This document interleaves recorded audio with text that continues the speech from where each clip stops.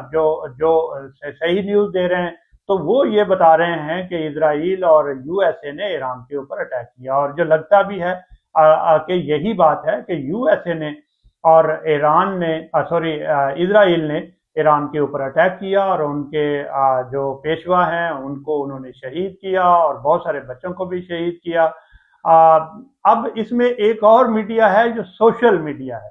Social media میں آپ یوں سمجھ لیں کہ ڈس انفارمیشن یا مس انفارمیشن پھیلاتے ہیں، اور جس کا دل جو چاہتا ہے کوئی ویڈیو بنا کے وہ لگا دیتا ہے اور اس کی کوئی حقیقت نہیں ہوتی۔ اس طرح کے سینیریو میں یہ اپنی خواہش کے مطابق جو لوگ ایران کو سپورٹ کرتے ہیں وہ اس طرح کی ویڈیو لگا رہے ہیں کہ ایران نے بہت کمال کر دیا، اور جو لوگ اسرائیل کو سپورٹ کر رہے ہیں اب وہ ایران کو دکھا رہے ہیں کہ وہاں یہاں پہ بہت نقصان ہوا۔ تو اس طرح سے یہ عالمی میڈیا اب بٹا ہوا ہے۔ یہ ابھی کل میں ایک ویڈیو دیکھ رہا تھا، اور اس میں یہ دکھایا گیا کہ مطلب ایک ڈیلیگیشن عالمی میڈیا کا وہاں پر اسرائیل میں گیا، اور وہاں پر جا کر انہوں نے چیزوں کو جو ہے کیپچر کرنے کی کوشش کی، چیزوں کو دکھانے کی کوشش کی، لیکن انہوں نے روک دیا۔ انہوں نے کہا کہ ایون کہ وہاں پر تباہی بڑے پیمانے پر ہوئی ہے، اور ایون کہ جو زیر زمین انہوں نے جو شیلٹر ہومز بنائے ہوئے ہیں وہاں تک جو ڈفرینٹ میزائلز ہیں وہ وہاں تک ان کی ایون کہ بہت ساری کیجویلٹیز ہوئی ہیں جو کہ وہاں پر دکھائی نہیں جا رہی۔ اور آپ کیا سمجھتے ہیں کہ عالمی میڈیا میں جو کیجویلٹیز ہیں اسرائیل کی وہ نہیں دکھائی جا رہی، جبکہ وہ اپنے آپ کو ایک جو ایسی دنیا کا ایک جج کے طور پر مطلب آج کل اب جو ہے دیکھنے میں آ رہا ہے کہ اپنے آپ کو پیش کر رہا ہے، اور امریکہ جو ہے اس کا بہت بڑا الائنس بنا ہوا ہے، میں یہ سمجھتا ہوں کہ ماؤتھ پیس بنا ہوا ہے کہ جو کچھ اسرائیل کہتا ہے وہی کچھ جو ہے امریکہ کرنے کے لیے تیار ہے۔ امریکہ جو بھی ڈونلڈ ٹرمپ جو ہے ان کی ہر بات ماننے کے لیے، جائز ناجائز بات ماننے کے لیے تیار رہتے ہیں۔ اس کی کیا وجہ ہے، اس کی کیا وجوہات ہیں، آپ اس کو کیسے دیکھتے ہیں؟ اسرائیل یقینی طور پر سپورٹ ہے امریکہ کی، اور امریکہ یہ چاہتا ہے کہ گریٹر اسرائیل بنے۔ گریٹر اسرائیل کا کانسیپٹ یہ ہے کہ اسرائیل کے ارد گرد جو کنٹریز ہیں وہ کنٹری ہوں جس میں امریکہ اور اسرائیل کی خواہش کے مطابق حکمراں ہوں، تاکہ وہ ان کو بچاتے رہیں اور تاکہ وہ ان کے خلاف کوئی پروپیگنڈا نہ ہو۔ تو اس پہ وہ کام کر رہا ہے، رجیم چینج کر رہا ہے بیسیکلی۔ تو ایران میں بھی اس نے کوشش کی کہ پہلے میں اس کے رجیم کو چینج کروں، جب وہ کامیاب نہیں ہوا تو اس نے پھر دوسرا وار کے ذریعے اب بھی رجیم چینج کی باتیں ہو رہی ہیں کہ جی ایران کا یہ والا لیڈر ہونا چاہیے۔ ویسے عام سی بات ہے، بڑی عجیب بات ہے کہ آپ کیا منتخب کریں گے کہ کسی کنٹری کا حکمران کون ہوگا؟ یہ امریکہ کو کیا حق حاصل ہے کہ وہ یہ انتخاب کرے کہ فلاں کنٹری کا حکمران فلاں ہوگا تو ہمیں قابل قبول ہوگا؟ تو یہ بڑی ہی غلط اسٹریٹجی ہے۔ یہ سچویشن جو ہے دنیا کو ڈیزاسٹر کی کو چینج کروں، جب وہ کامیاب نہیں ہوا تو اس نے پھر دوسرا وار کے ذریعے اب بھی رجیم چینج کی باتیں ہو رہی ہیں کہ جی ایران کا یہ والا لیڈر ہونا چاہیے۔ ویسے عام سی بات ہے، بڑی عجیب بات ہے کہ آپ کیا منتخب کریں گے کہ کسی کنٹری کا حکمران کون ہوگا؟ یہ امریکہ کو کیا حق حاصل ہے کہ وہ یہ انتخاب کرے کہ فلاں کنٹری کا حکمران فلاں ہوگا تو ہمیں قابل قبول ہوگا؟ تو یہ بڑی ہی غلط اسٹریٹجی ہے۔ یہ سچویشن جو ہے دنیا کو ڈیزاسٹر کی طرف لے جائے گی اور بلاخر ایک بحران مچے گا اور بلاخر ایک وار کے کانسیکوینسز ہوں گے اور یقینی طور پر اس سے دنیا کو نقصان ہوگا۔ جی بالکل، بلا شبہ۔ رات میں ایک جو انفارمیشن دیکھ رہا تھا کہ امریکہ نے انڈیا کو الاؤ کیا ہے کہ آپ 1 مہینے کے لیے روس سے تیل لے سکتے ہیں۔ تو یہ اس بات کو لے کر انڈیا کے اندر بہت زیادہ کرٹیسزم ہو رہا ہے کہ امریکہ کون ہوتا ہے جو ہمیں اجازت دے کہ آپ 1 مہینے کے لیے روس سے تیل لے سکتے ہیں۔ تو یہاں پہ یہ صرف پاکستان میں نہیں بلکہ تمام دوسرے ممالک بھی اس بات کو لے کر بہت زیادہ سیریس ہیں کہ امریکہ کون ہوتا ہے جو کہ ہمارے انٹرنل معاملات میں جو ہے وہ انٹرفیئر کرے۔ تو ڈیفینیٹلی دنیا انڈیپینڈنٹ ہے، مطلب مختلف ممالک جو ہیں وہ انڈیپینڈنٹ ہیں، تو اس کی انڈیپینڈنسی جو ہے اس کو مینٹین رکھنا چاہیے۔ دیر فور میں یہ سمجھتا ہوں کہ جو ہے اسرائیل، رشیا اور چائنا نے یہی کہا ہے کہ ہم کسی کو یہاں پر جج نہیں بننے دیں گے۔ تو جو ہے اس حوالے سے سر آپ کیا کہنا چاہیں گے؟ آپ کے کیا ویوز ہیں کہ امریکہ جو ہے اس وقت اپنے آپ کو دنیا کا سردار کنسیڈر کرتے ہوئے کسی بھی کنٹری کے اوپر چڑھ دوڑتا ہے اور اپنی جو وہ چاہتا ہے وہ دوسرے ملکوں سے کروانے کی کوشش کرتا ہے؟ آپ اس حوالے سے کیا؟ اب تو اس نے اپنی سرداری کا اعلان کر دیا ہے۔ آپ کو پتہ ہے کہ اس نے وینزویلا کے جو پریزیڈنٹ ہے اور اس کی وائف جو ہے اس کو اغوا کر لیا اور اپنی کنٹری میں لے گیا اور اس کا تیل بیچ دیا۔ اب اسی طرح سے جیسے آپ ابھی بتا رہے ہیں کہ اس نے کہا ہے کہ بھارت جو ہے، انڈیا جو ہے نا وہ تیل ہم سے لے سکتا ہے 1 ماہ کے لیے، اور ادھر پاکستان کو وہ کہہ رہا ہے کہ جی آپ ایران سے تیل نہیں لے سکتے۔ ان کو احساس نہیں ہے کہ یہ رات جو پیٹرول کی قیمت میں اور ڈیزل کی قیمت میں 55 روپے فی لیٹر اضافہ ہوا ہے، اس کا ہمارے غریب عوام کے اوپر کیا اثر ہوگا؟ لوگ تو پہلے ہی یہاں پہ غربت میں ہیں اور یہاں پر مہنگائی کی چکی میں پس رہے ہیں، تو کس طرح سے وہ گزارا کریں گے اور کس طرح سے یہ ساری جو نمبرداری ہے اور یہ سارا جو کھیل ہے، طاقت کا کھیل ہے، یہ دنیا کو تباہ کر رہا ہے۔ جی بلا شبہ یہ جو سچویشن ہے، جو سچویشن ڈیولپ ہو رہی ہے، تو ہم بہت ساری دوسرے کنٹریز ہیں ان کو بھی یہ چاہیے کہ مطلب ساری سچویشن کا بغور جائزہ لیں۔ پاکستان کی اپنی پالیسی ہے، گلف سٹیٹس کی اپنی پالیسی ہے، اور ایون کل دیکھنے میں آیا ہے کہ گلف سٹیٹس جو ہیں انہوں نے بھی یہ کہہ دیا ہے کہ اب ہم مزید جو ہے اپنے اڈے امریکہ کو نہیں دے سکتے، کیونکہ جو اٹیکس ہیں وہ سارے کے سارے وہاں پر ہو رہے ہیں، اور ایون کہ جو ان کی جو سیکیورٹی تھی اس کو بھی وہ وہاں سے لے جا کر اسرائیل میں انہوں نے ایڈجسٹ کر دیا۔ ایون کہ جو آئرن ڈوم جو تھا وہ بھی سارے کے سارے وہاں سے جا کے اسرائیل میں اس کو ایڈجسٹ کرنے کی کوشش کی جا رہی ہے۔ اس کی وجہ سے اب یہ ہے کہ گلف سٹیٹس نے یہ کہہ دیا ہے کہ اب ہم مزید امریکہ کو جو اڈے وہ نہیں دے سکتے۔ تو ڈاکٹر صاحب آپ اس حوالے سے کیا کہنا چاہیں گے؟ اب یقینی طور پر ان کو پہلے یہ کام کرنا چاہیے تھا، امریکن اڈے دینے ہی نہیں چاہیے تھے۔ ہم کیوں ایسا کریں گے؟ مسلمان خود اپنے پاؤں پہ کلہاڑی مار رہے ہیں، خود اپنے پاؤں اکھاڑ رہے ہیں کہ وہ امریکن کو یہاں پہ اڈے کیوں دیں گے؟ امریکن کو اڈے دینے کا مطلب یہ ہے کہ پہلے وہ ایک کنٹری کی مخالفت کرے گا، اس کو تباہ کرے گا، پھر کسی دوسرے کنٹری کو تباہ کرے گا۔ تو انہوں نے اپنی ساورینٹی خود خراب کی ان کنٹری نے۔ اب ریٹیلیشن میں ایران کی اسٹریٹجی ہے کہ وار کو پھیلایا جائے۔ اگر ایران جیسا کہ وار کو پھیلانے میں کامیاب ہو گیا ہے تو یہ بہت بڑا خطرہ ہو گیا ہے امریکہ اور اسرائیل کے لیے، اور پرٹیکولرلی جو باقی کنٹریز ہیں ان کے لیے بھی۔ اب وہ یہ کہہ رہا ہے کہ جی یہاں سے جو امریکہ جو ہے چونکہ وہ یہاں سے ہمارے اوپر اٹیک کر رہا ہے، اس لیے سعودی عرب پہ،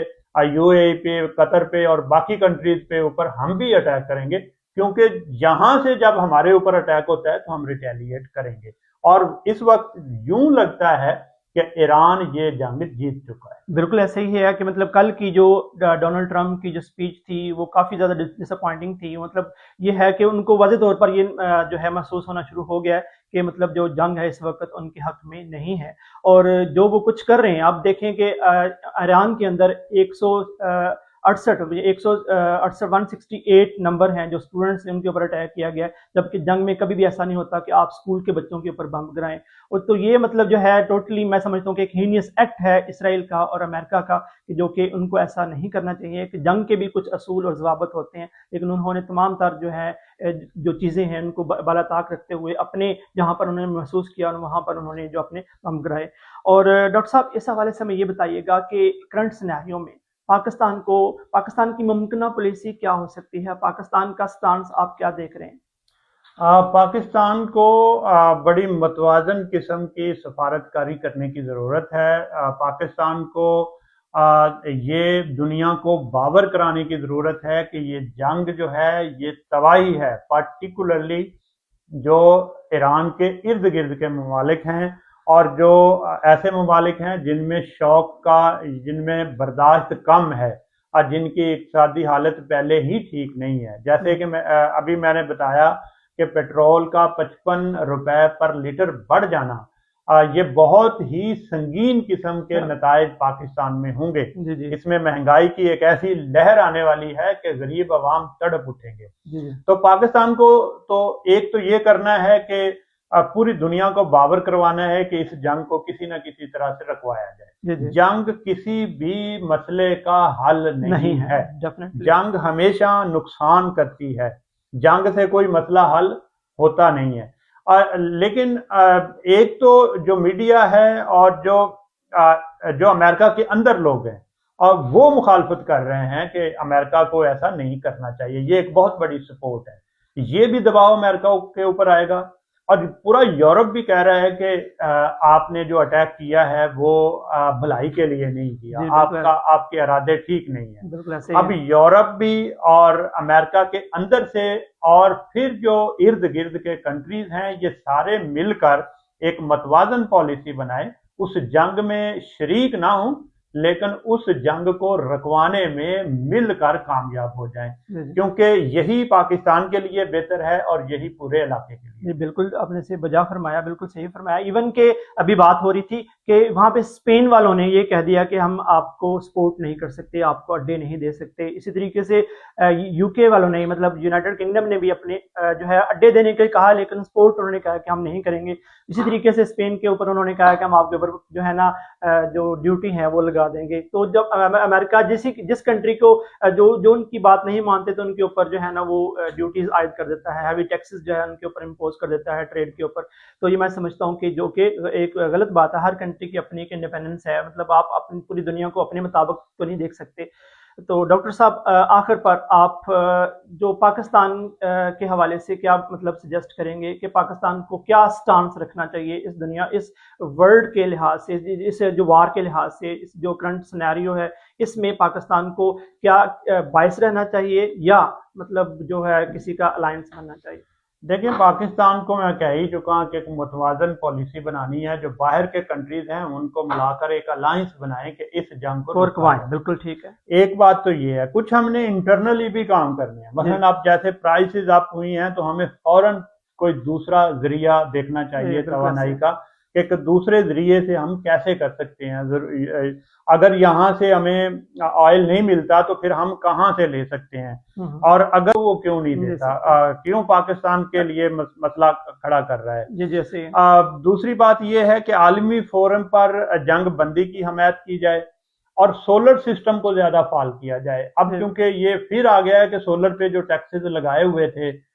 جو سولر والوں کو ڈسکریج کیا ہوا تھا، گورنمنٹ کو چاہیے کہ فوراً سولر کو انکریج کرے تاکہ انرجی کی بچت ہو اور ہم زیادہ سے زیادہ اپنے ذرائع خود سے استعمال کر سکیں۔ جی جی ڈاکٹر صاحب، آپ کی آمد کا بہت بہت شکریہ، آپ نے اب قیمتی وقت دیا، اپنے جو ویوز ہیں ناظرین تک پہنچائے، اپنے جو ایک آپ کا جو تجزیہ ہے آپ نے لوگوں تک پہنچایا، تو میں امید کرتا ہوں کہ آپ کو آج کا یہ سیشن پسند آیا ہوگا، آپ نے یہ بہت جو ابھی جو کرنٹ سنیریو ہے اس کے پرسپیکٹو میں بہت کچھ جو ہے سیکھا ہوگا، اور انشاءاللہ دعا کرتے ہیں کہ انشاءاللہ یہ جو جنگ ہے یہ ختم ہو، اور جو جو ایک کیوس کی سچویشن ہے پاکستان کے اندر یا دوسرے ممالک کے اندر وہ ختم ہو۔